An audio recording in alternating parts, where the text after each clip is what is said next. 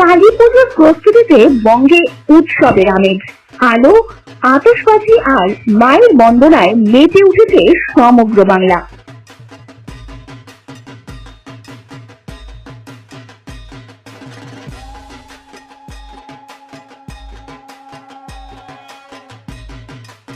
রাজ্যের নানা প্রান্তে শুরু হয়েছে কালী পুজোর শেষ মুহূর্তের প্রস্তুতি।